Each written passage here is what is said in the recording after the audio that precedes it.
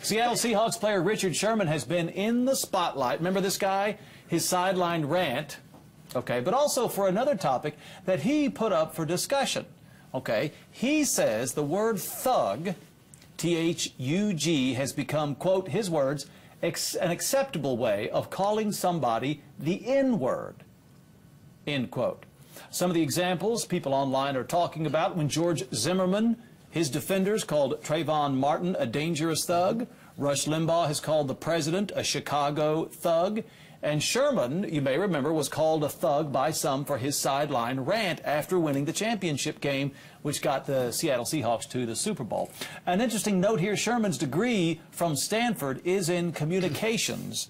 So one would think he spent a lot of time studying how we communicate. So, Iola, your take on this? I agree with him. Do you? And Karl Rove even called President Obama. He even said Obama looks like a thug, a political thug of some sort.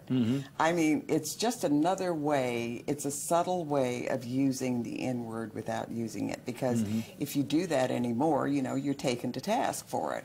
This is another way of denigrating a person without using the N-word. So I agree with Sean. You know, to be honest with you, I hadn't thought of it in those terms until this debate came to life. Until this came up.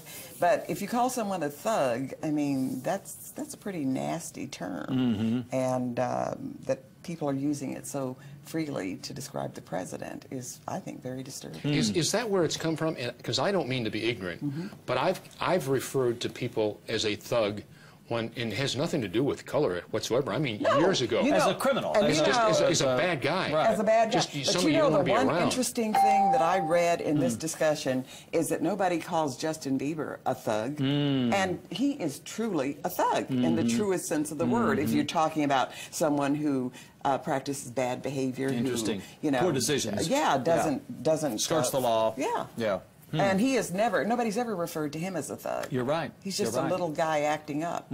But, you know, I dare say that if the circumstances He's a punk thug. Sherman, Maybe punk so. thug. Sherman has definitely brought this to and we the attention of the nation. People say that the president of Russia, Vladimir Putin, is a thug, but he looks and acts like one. Kind of like a gangster. Yeah, kind of a gangster. Yeah, So. needs a zoot suit. Yeah.